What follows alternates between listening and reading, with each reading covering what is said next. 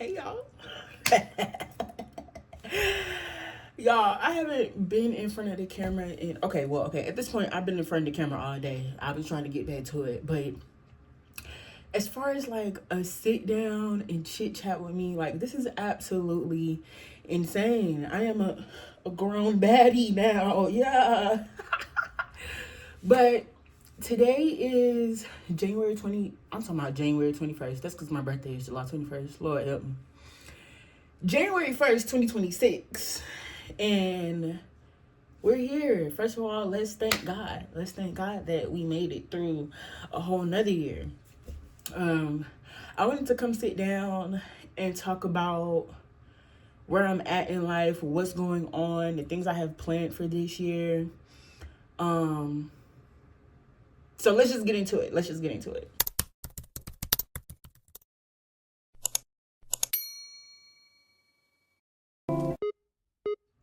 So, y'all know I've been in Atlanta like this year makes the fourth year that I've been in Atlanta. I've been in Atlanta for 4 years, and y'all know when I first got back down here, it was too much going on. Like just the space that I was in. I got back down here because I was wrongfully terminated from my job, my first big girl job, and that was a shock to me. Like I was like, fired? Like, what do you mean fired? But fought it, beat the case, won, and then that just led me to I still have the issue of like I don't have a job. I now have to pick up the pieces and figure out what it is that I need to do in order to sustain myself again.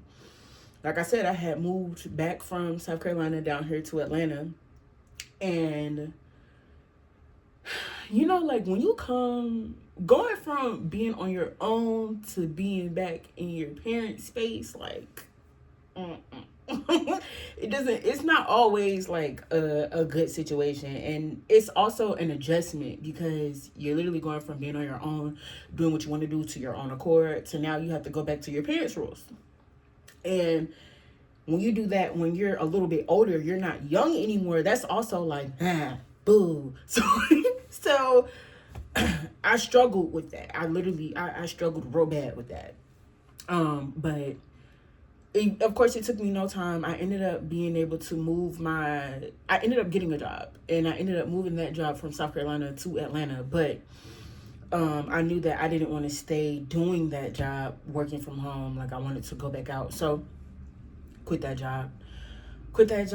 And that's when I became, that's when I got introduced to UPS.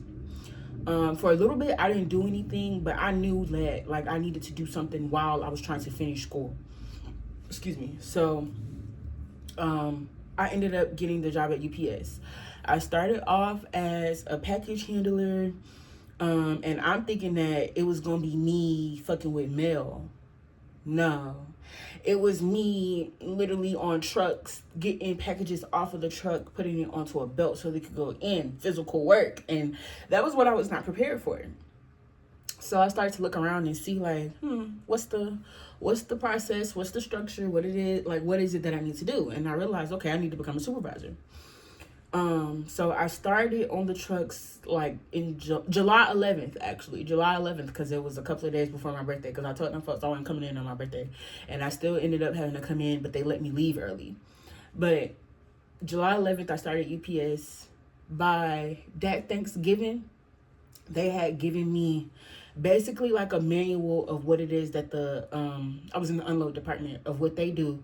So I had to memorize like 100 methods, but little did they know, my mama had us in the church giving our speeches. We was up in the front, word for word, and we had to say it confidently. Yeah. We was them kids. So it was nothing for me to memorize it. But I will say it was a lengthy process. But once I realized it was literally everything that I did every day, from coming in to the time when I was on the truck doing what I was doing, to when I closed the door down to get out of the truck, moving on to the next assignment, like literally it was just that word for word. It was just in like 50 million different instructions. But learned that, and I was officially a supervisor by February of the next year. So from July to February, I had became a supervisor. It took me, was that look me, it's like 7-8 months, something like that. But by Thanksgiving, I was off of the trucks and I was in training. So, I was popping it, feeling myself like, yeah. And like, I just was hella proud of myself. So now I'm a supervisor. Now I'm in school and I'm like, okay, I gotta balance the two because at the time I'm like, I need to graduate school. As I continue with my supervising at UPS, I realized that the supervisors that are above me, full-time supervisors, they're on salary. And I'm like, shit, these niggas don't be doing nothing. Like, I can be a full-time easy. So I become really good at my job. First of all, y'all see me. I'm good at anything that I put my mind to. Clock it. But once I realized like what the full-time's doing, what it is that it was going to take for me to become a full-time, I get super fired being a part-time supervisor. Any section that I go to, I'm breaking records. I'm making sure my name is out there and they know Tiffany is on the numbers production-wise. Like, now, I didn't have no business at UPS. Like, it wasn't no Tiffany was messing with such and such and was doing this, like, no, because I'm not even one of those people. I'm not even one of those people in general.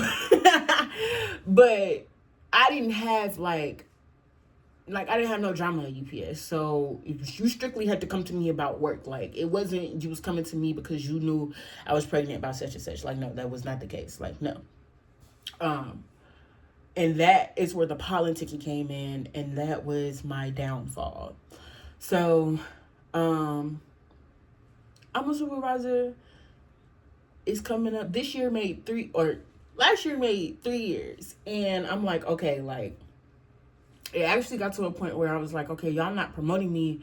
And they cut our hours. UPS had to give a raise to the hourlies so that they could keep them because they had one on strike. They had to give them a raise. So they gave us a slight raise, but with that raise, they took away like our overtime. And at one point, I'm working my twilight sort and I'm working my night sort so that I could make the money that I needed to make so that I could move from my mom's, pay for my school, and still stay afloat. Well, when she cut that, I'm like, damn, like, I have to figure something out because I can't just do like these hours. This is now just giving me the bare minimum, and I don't need bare minimum. Like, I work my ass off so that I can do more. I end up getting a second job. The dilemma came when I got the second job. When I got the second job, I wasn't coming in an hour before the sort anymore, and I wasn't staying an hour after the sort anymore. I had to get in when I got off my second job, and as soon as I finished with my sort, got my area clean, I was out of there. It was no longer, I'm dilly-dallying, lollygagging, okay, if you will. And because of the politics, they did not like that. And because of also just like how you supposed to do the job, they didn't like that because it's like, well, you're good at what you do, but you're still like taking away time from us. But I'm like, y'all won't promote me, so I have to go and do this other job. I have to make my money because y'all are not stopping me. Once I realized they weren't going to promote me, I was like, okay, y'all not stopping me from making my money. Like, I got to go make my money because it's seeming to me like this isn't going to be my end all be all, and y'all are not going to prolong my progress. Like, I am going to get the hell on when it's time for me to get the hell on. And then also too, at the time, like, I'm finishing school. I'm so close to being done with school. Y'all know my journey with school. Like, I started school in 2015. It is I just graduated in 2025. 10 fucking years. 10 years. And that's just because, like, I chose to go do 50 million other things while I was in school. I took so many breaks. I also just had to stop and take breaks because I had shit going on. But I knew last year that was my last year. I was not finna take this into 2026. And like I said, I'm going to be a graduate so that I can do what it is that I need to do. But we'll get to that. But yeah, So I get to the end of, I'm getting to the point where I'm like, okay, like I have to get a second job. They're upset about my second job, but I'm also realizing like they're not gonna promote me.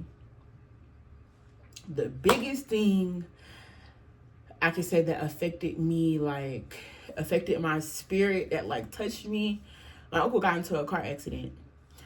My uncle got into a car accident at the end of July, and first of all, thank God he's still here. That nigga think he like 007 James Bond, like. But I'm so thankful and grateful that like he has that mindset. And first of all, his last name is Wallace. Clock it. But that put me in a whole different mindset. Like, we had to be there for him. We had to. And if y'all know me, y'all know like our family isn't big. Like, I can count on both hands how many of us it is, honestly. And we had to show up for him. We had to, because that's how serious it was. And when the accident happened, I just was like, you know what? Like, I'm not going to even fight with UPS, because at the time, like, I was literally struggling with them so bad about everything that I was fighting for, that they had going on. Like, it was just a fight every day. And I was like, I'm not going to fight with them about like making sure I'm there for my uncle, making sure I'm there for my mom, my sister, and my nephew in Atlanta. Like, now I have to step up and do what it is that I need to do. And I'm not arguing with them about that. They're not going to be trying to tell me what they think they know, what they like. I'm not talking to y'all about it, because y'all don't care enough about my situation to promote me when y'all know I deserve a promotion. Y'all know y'all need me. And we'll just keep it a bean. No job really needs you. They'll replace you. But y'all know I'm good at my job, and y'all know I'm valuable to lose. That's not more important than y'all making a point, proving y'all a point. So I don't have to talk to y'all about what I have going on. My family is way more important than y'all. So I quit UPS. And I had been contemplating the idea for a couple of weeks. I'm not even gonna lie. Like, I have been contemplating. Like, I knew my time was nearing, but like I was like, it's seeming like it's about to be here. And honestly, I felt no way about leaving UPS. Like, I didn't feel any sort of way, because I knew it was my time, and I knew it was no more room for me to grow there. So I knew that I had to go in order for me to step into the season that I'm in now. Clock it. So I leave UPS. I told you I was working 2 jobs, so I still had a job. Thank God. Still had a job. And I'm still there currently. Then I'm thinking, I'm like, okay, I don't love UPS. So now it's time to put in plan, like, any motion, like anything that I can think of, like, and it's not even anything that I can think of. I'm like, nah, like, you already know what your plan is. You know what it is that you have set. You know the goals that you have. Now it's time to lock in and do the things that you need to do in order for you to implement them. I had to stop smoking. Y'all, I had to stop smoking. And when I say, I've been knowing that I needed to stop smoking. I can't even cap you down and say that like that wasn't anything that I didn't know. I've been knowing I needed to stop smoking. But I just felt like life is gonna smoke me if I stop smoking. I'm like, I used the smoke as like a crutch. Whenever I needed to disassociate for a second or for however long so that I could not feel a way about my circumstances, I went to go smoke. And that meant, I'm not even gonna lie, at the time, I'm moving. I'm getting up 5 o'clock, 6 o'clock so I can go to my first job, smoking on the way there. I'm going to my second job, smoking on the way there. On the way home, smoking on the way home. Might get home, might smoke another one. You know, like, I'm using that as my crutch. And I'm like, shit. I have to stop smoking in order to do what it is that I need to do. Y'all, it was September. I told you I'll quit UPS at the end of July. It's September, and this is gonna be a 2-part video. So this is just the beginning.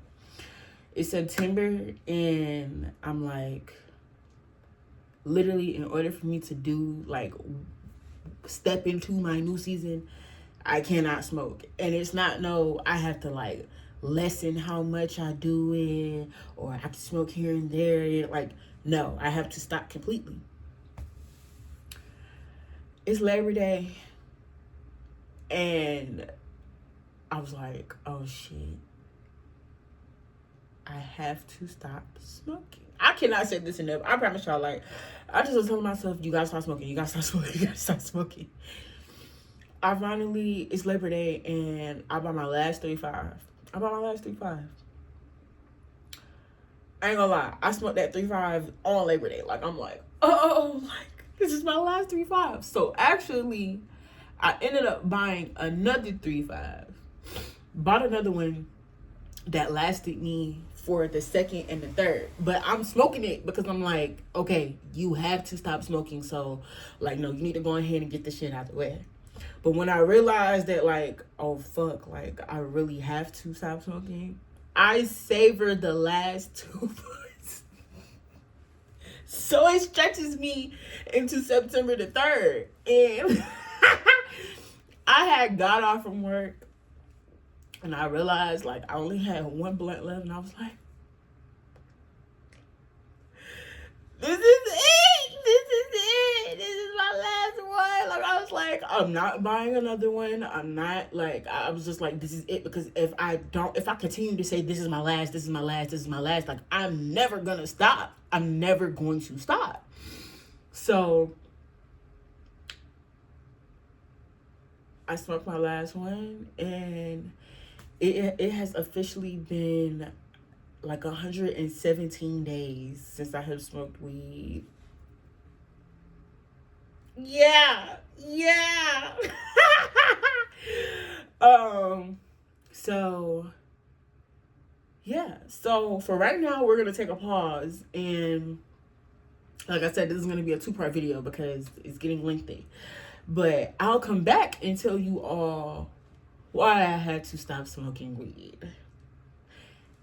I love you all. I'm so glad that I have a space that I feel safe to come and talk to you all about, like, the things that I have going on. First of all, I'm grown now. Like,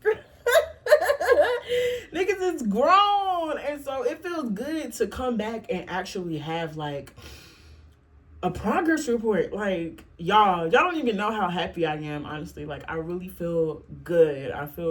So I hope y'all are starting the year off on a great note. I hope that y'all are excited. I hope that y'all have put yourselves in places so that y'all can do the things that y'all need to do. I hope that if you tired, last year was your last year of being tired. I hope that if you lit about what you got going on this year, like I am, keep that same positive ass attitude. There's going to be challenges. There's going to be things that you're going to have to overcome, but that's life. Stay in tune. Stay on that shit, because when you look back, you're going to be so glad that, like, you got through that shit. And regardless of who's here with you now, know that you got you and God got you. You feel me? All right, I love y'all, and I'll see y'all in the next video.